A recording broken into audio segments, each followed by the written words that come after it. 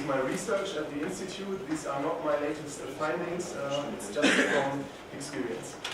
And so I hope it will become helpful in the way that you will find out if you are doing sales. What are the important things, and that you kind of become more effective and efficient in your processes. And I would like to start. Who of you actually works in sales? This is interesting. Who of you is a founder of a startup? Who of you don't like sales at all?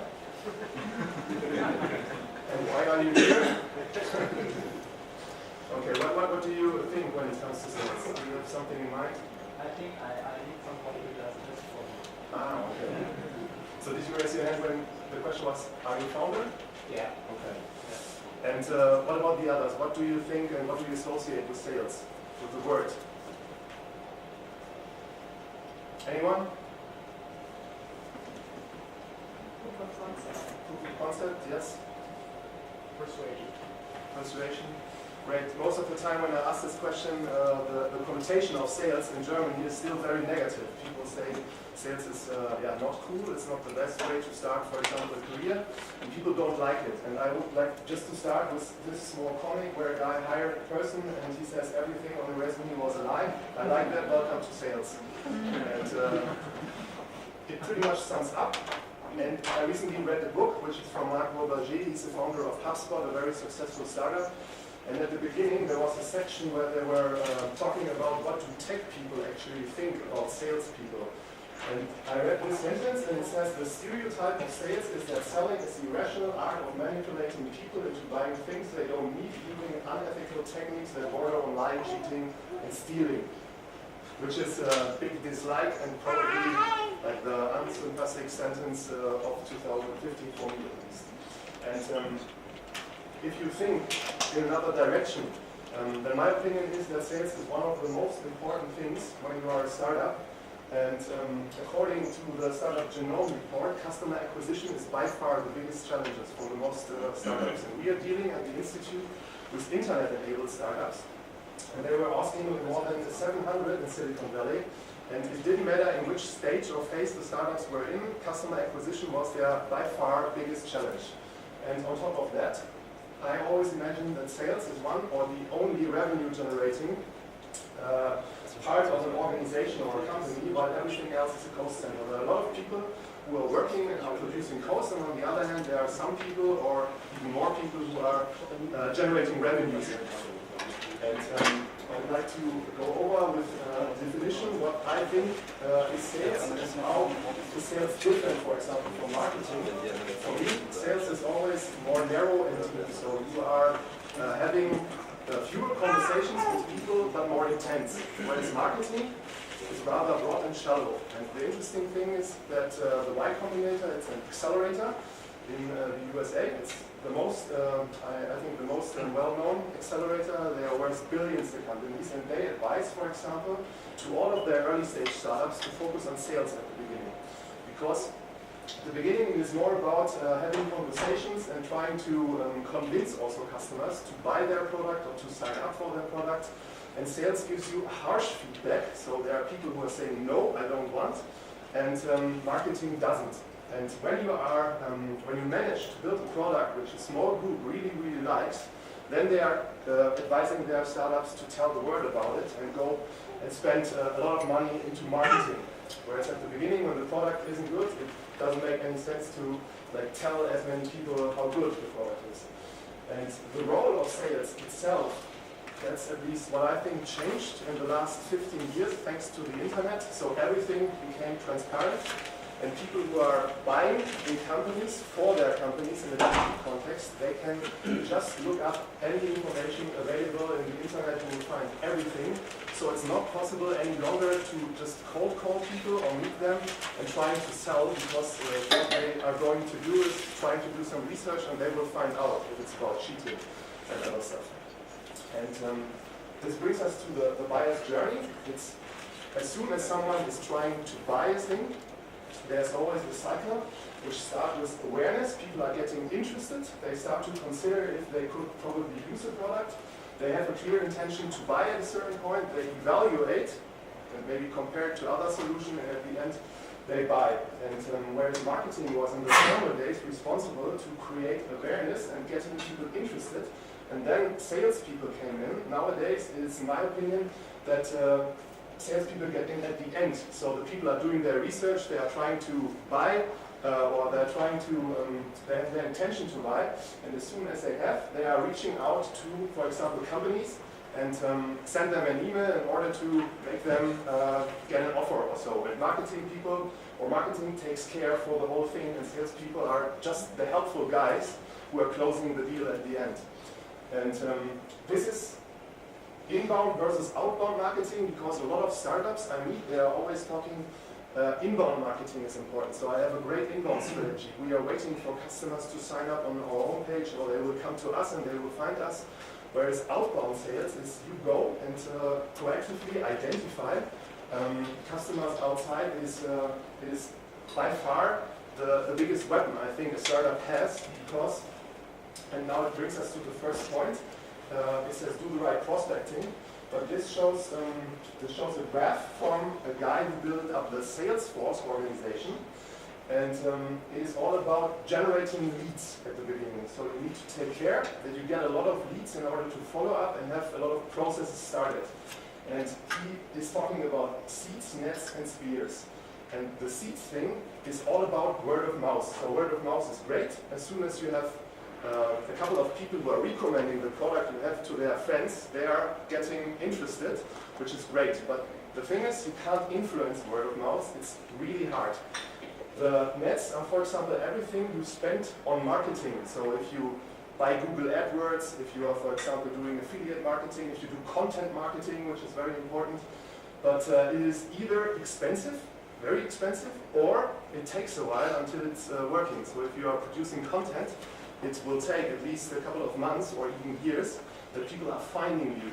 And the spears, on the other hand, this is outbound sales. You can just reach out to those kind of people who are the most promising potential customers who you have. And you can either send them like emails, or you can cold call them, or you can meet them. And I'm a big fan of cold calling, because cold calling is very efficient, it's cheap, and Germany is basically the land of cold calling. People are used to getting calls. If you are, for example, in South America, you can do cold calling as long as you want. It doesn't work at all, because people don't pick up the phone, because if they don't know a number, they are not responding. And even in the USA, it's not that great as here, because you are dealing with a lot of voicemails, for example, because the Americans tend to be very self-organized, and they have more. I check my emails from 12 to 12:30, and I'm working then on my desk from 2 to 4.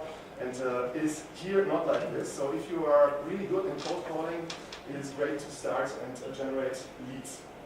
And if you do cold calling, it is important that you have a clear, ideal customer profile in mind. And with this, I mean, you should do a filter and target companies at the beginning, and think about what kind of companies are, for example, the ones who will benefit most. And it is about size, maybe geographical area, industry, and it's also about level of innovativeness and stuff like that. You can just do your filters, and you should even know who are you calling within a company, which is important, because people are completely different. There are two approaches. There's a bottom-up approach and a top-down approach. The top-down approach is you are going for the decision makers within companies first, and the other one is you try to just get someone on the phone who works under the decision maker. And if you are going for the decision makers, it's a difference if you are calling a head of marketing, or a head of sales, or a head of IT, or even the CEO himself. And in my experience, is that the head of marketing or the head of sales, they are always very open when it comes to revenues, and when they see a potential that they could increase their revenue, they listen. And if you are calling a head of IT, that's what I did too. It was more cost-oriented thinking, so they weren't even interested in increasing their revenues. They were more worried about their budgets they have, and also like CEOs, they are more strategic. And you should know how the buyers normally buy. Do they buy the products over the internet, or do they confirm, for example, an agreement, or how does the whole negotiation thing work? It differs from product to product. That's important to know. And as soon as you have this clear ideal customer profile, it comes to the second point. So you know who you would like to call, and then you have to make this person interested. And you can also go on conferences or meetups or be there where your customers are and talk to them directly. But you could also do the second thing, which is cold calling. And the bad thing on cold calling is you basically have a couple of seconds, like 30, and then the guy or the girl who is on the other line will decide if they give you 2 minutes more. And within these 20 seconds or 30 seconds, you should have a great pitch to pique the other person's interest. And the definition here is, it says the purpose of the pitch is to offer something so compelling that it begins a conversation, brings the other person in as a participant, and eventually arrives at an outcome that appeals to both of you. It's not more. It's just to make the other person interested, that he is willing to listen what comes next. And if you are meeting, it's better for you. You will have more time because people don't do this when you are in front of them. They won't run away on a person meeting. It's weird. They won't do it. Whereas cold calling, they can just, if they don't like to listen, they will tell you, I'm not interested, and that's it. So, and as soon as you have a good customer profile and did the prospecting right and the lead, and you have a good pitch, the process is already started. So it's getting more concrete. And in my view, it's always like this. If you have a clear idea how to guide a customer to the final thing, which is the sale, you have an ideal process line. So the customer is doing all the time, he's asking questions and he's trying to draw you away from that line. And the thing, what a sales guy or a founder or whoever is responsible for this, he has to answer all the questions and draw him back on the line, and it goes further. And the customers are mostly not doing what you would like them to do, but it's a way to have process control over this. And at the end, I had a couple of times that after spending maybe 10 hours, they decided that they are the wrong contact person and they finally can't decide, and there's another guy who comes in and he turns you or he draws you completely back in the ideal process, and you're at the beginning because you have to bring him back on the same page. So, and you should find out, that's my advice, how your perfect sales process look like. And it's different in any startup. So if you are, for example, a software as a service startup, you can, for example, let the customers test the product, and they can do a trial, or you can demo it. And at the beginning it starts with prospecting, then you have leads, you have the phase that you are trying to generate interest, then it's getting more concrete, then you have, for example, the trial, or you demo your product and you start to ask questions and better understand what the customer is about, and at the end you are at the proposal, and so on. And the probability of success, it's like a funnel, it will become higher the further you get. And you should start, that's my third point, qualifying the leads and the person you are talking to as early as possible. And with qualifying, I mean you should find answers on these things. So I would always advise you to find out who is the final decision maker, the one who's signing or could sign or has the credit card, how you would say in English. Then you have to work on the value, and you have to, like, getting people say you that they see and confirm the value for their company. They should know the price. They also have budgets. In companies, it's always on budgets. And if they are intent to buy and they don't have a budget, it is getting postponed to the next year, worst case. And in 12 months, within a company, can change so much. So the decision maker can appear, and everything is just lost what you worked on so far. You should find out how the buying process works, then the decision date, so when do the customer wants to decide finally.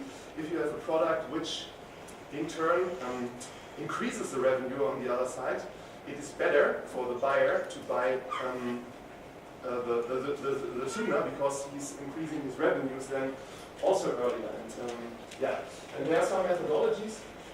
I have here this band or annum. When I worked in sales, I always try to make sure at the beginning that I'm talking to the right person, so I check if the authority is right, then I try to increase the value and try to find values on the other side. And this annum says the second thing is need. The third thing is urgency. You try to create at a certain level urgency. Urgency is that the other person is going to buy finally the product, and if you are not doing it, like, your processes will postpone and postpone, and It's really a waste of time. And the last thing is if they are convinced about the value and if they have the sense of urgency, they will find the money within the organization and they will make sure that they can buy it. So the fourth thing is sales is all about prioritization. The worst enemy you can have is your timing. And you are normally working in sales at several processes at the same time. And time is a scarce resource. And it's a science to decide whether an account is worth to follow up and work on, or to decide at a certain stage I'm not doing any more stuff with it and I'm letting it like this and I'm going for new processes, which is important. And therefore I advise you to be ruthless, and at a certain point when you are qualifying all the time, you will find out if you're getting answers to the points I just showed in order to decide then to stop or not. And the fifth point is to demo your product in the right way. And this is a picture of Steve Jobs. He was by far, in my opinion, the biggest presenter of products ever. But he did a one-to-many approach. So he presented his iPhone and he is so strong with the brand of Apple and all the people came. And this is different for you as a startup, but you have to find a way to demo your product in the right way. And this could be either you send some information and let the customer read it, or you make sure that you have a demo, an online demo, or a personal meeting, do a PowerPoint presentation, or just work and find a solution which hasn't anything. But the most important thing is to do a demo which is good. And in my experience, it's always a kind of show also to demonstrate a product in order to make the other person interested. My sixth point would be understand your customers better than anyone else does. It was always for me the best thing in sales that I had the opportunity to talk to a lot of companies and try to find out how they are working, how they are doing business, what are their customers, how do their internal processes work, what is my contact person basically responsible for, and stuff like this. And if you listen and you will find out and have answers to all the questions what your customer is about, this will at the end help you to also close the sale. But there are other people most of the time, and the one that's in my experience who has the best relationship and who knows most about his customers, he will be finally the one who gets the deal. For listening, it is important to understand. I have here this buying circle. Buying circle are all the people involved into a decision-making process on the other side. And there's always the decision maker, there's some people who are opponents of the sale, they are proponents of the sale, so they're trying to influence in a bad way. They don't want that the sale takes place because they have some disadvantages. And you have other stakeholders. And other stakeholders could be the head of buying who comes in at the end and says, okay, we would like to buy your product, but we will pay you 50% of the price you asked for. And this is at the end.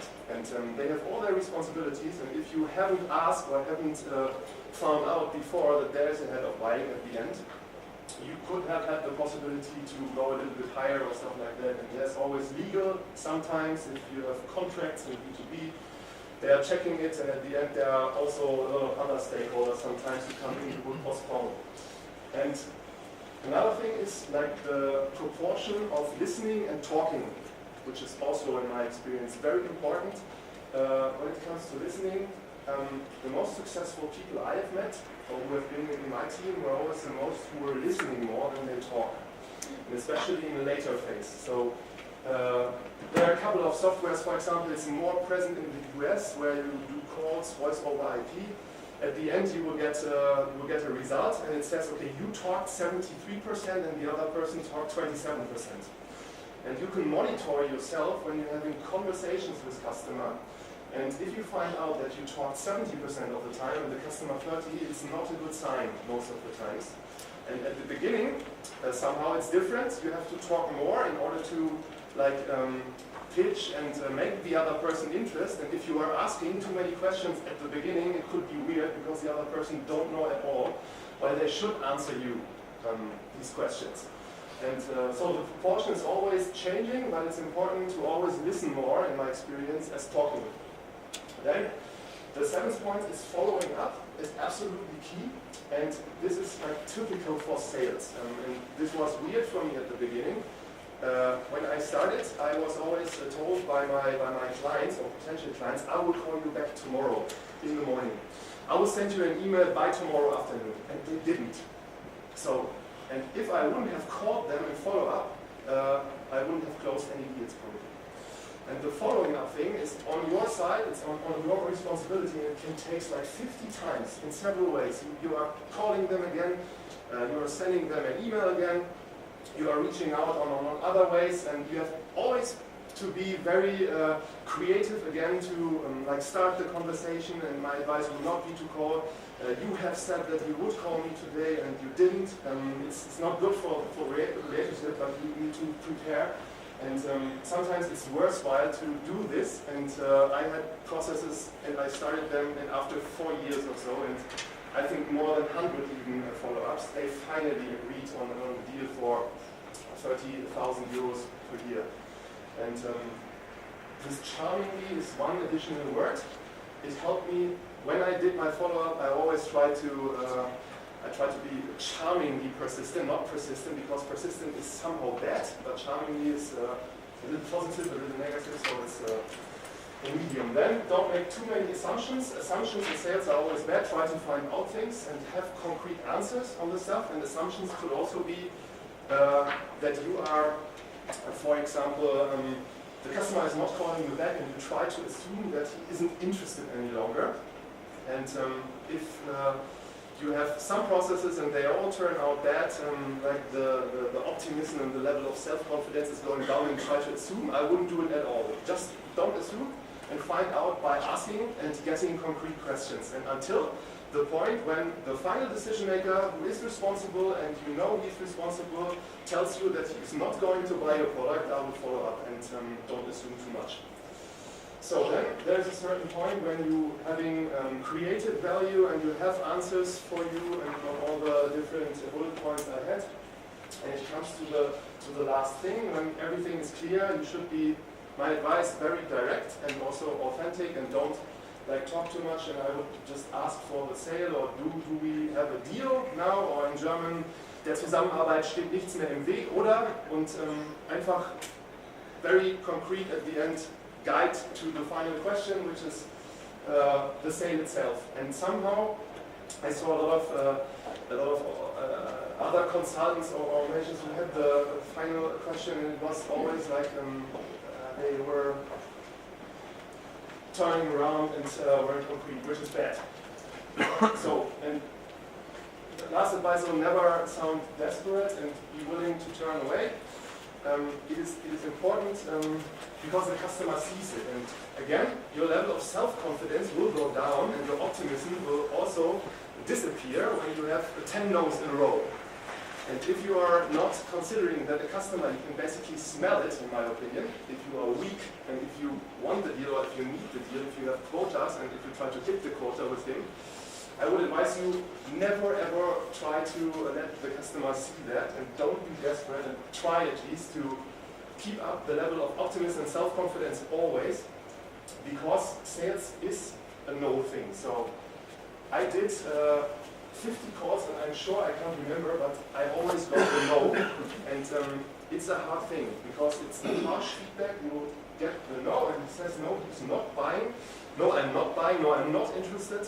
And the good thing, on the other hand, and this is also for a startup very good, every no is a really great chance to just ask why, and understand why he's not buying the product. And with marketing, you won't find out. People are just far away, and should you ask directly to the client why he won't buy your product? Absolutely. Okay. Yeah. If you have the right person, the decision maker who is responsible, and you know that, I would always recommend to ask why. And I'm pretty sure they will answer it's because of this or that or that. And my next slide is like the most important, in my opinion, as a startup. After a process and after the no, you should try to analyze and reflect about everything.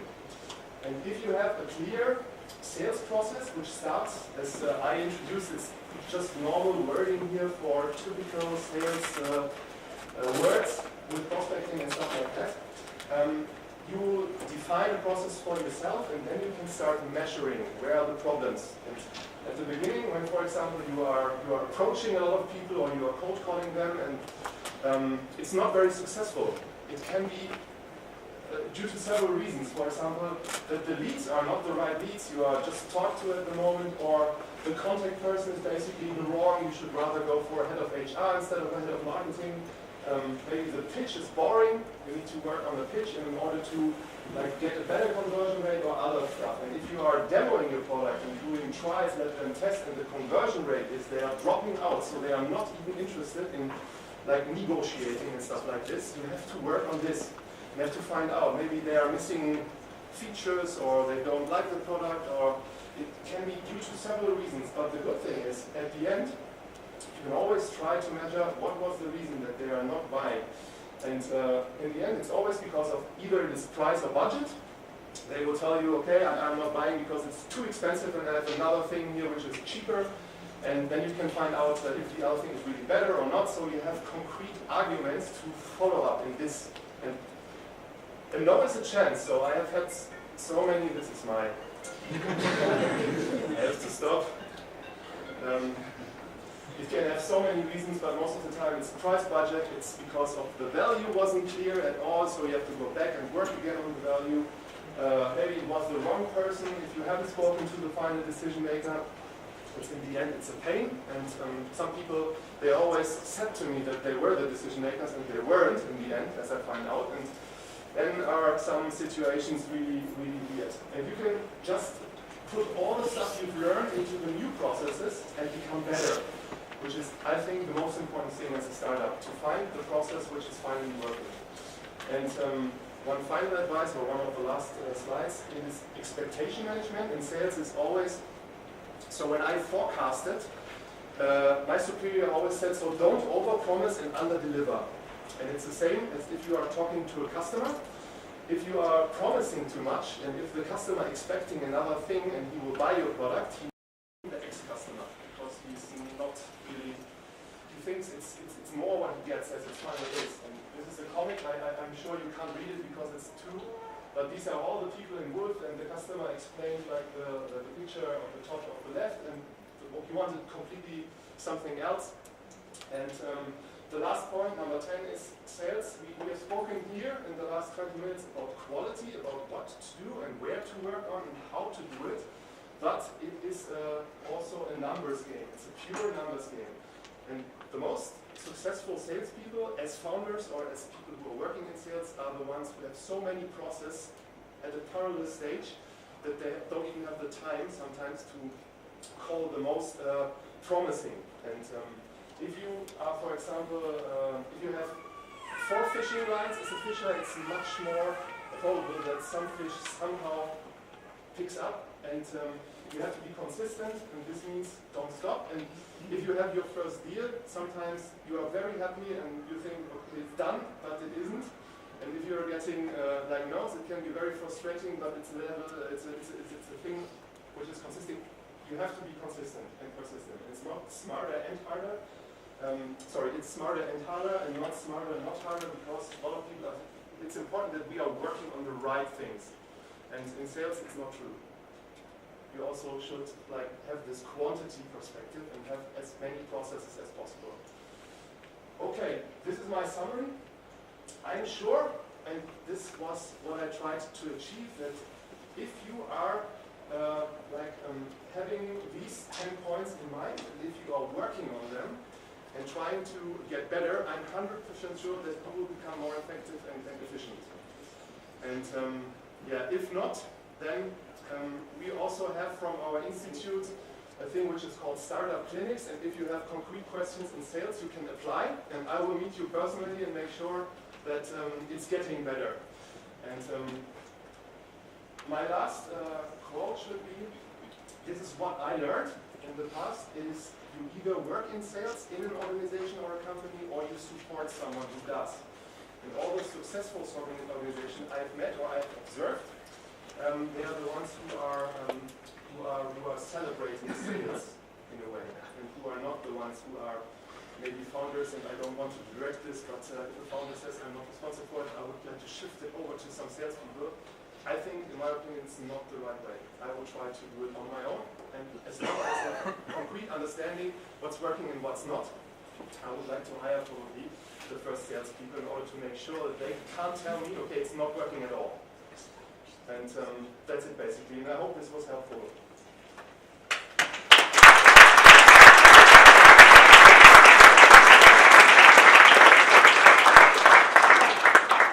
Thanks a lot for that very interesting talk. I think there's been a lot of information in a very short time in it. Does anyone has a question? There is one, yeah? Yeah. I was wondering if you could comment a little bit on the process a bit more, specifically like maybe applications you might use, Salesforce, vendor, that sort of thing, and maybe also a little bit about how you might structure the process in terms of teams, the lead team, then you have a pitch team, and then you kind of find is it better to be how you structure the sale? This is an interesting question. So there are a couple of solutions, and the most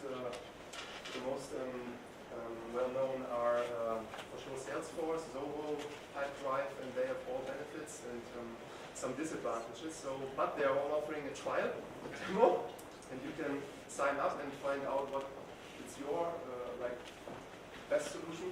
And how to structure teams is different. For some companies and products, it could make sense to give salespeople the whole process in their end, and they start with prospecting and also doing closing. But I'm kind of a fan of letting other people do the first stuff and then bring in later the people. But the first person in a startup, that's what I would recommend, is the one who does everything. And as soon as he's good and feeling confident in everything, he can delegate and find, for example, the first person who's doing the lead generation for him. I work in sales. I used to work in sales, and my boss was just like that. Then he could all call himself, and he said, Yeah. It's a matter of efficiency. And if you divide, you could be more efficient. Yeah. The bigger the teams. Okay, thanks very much.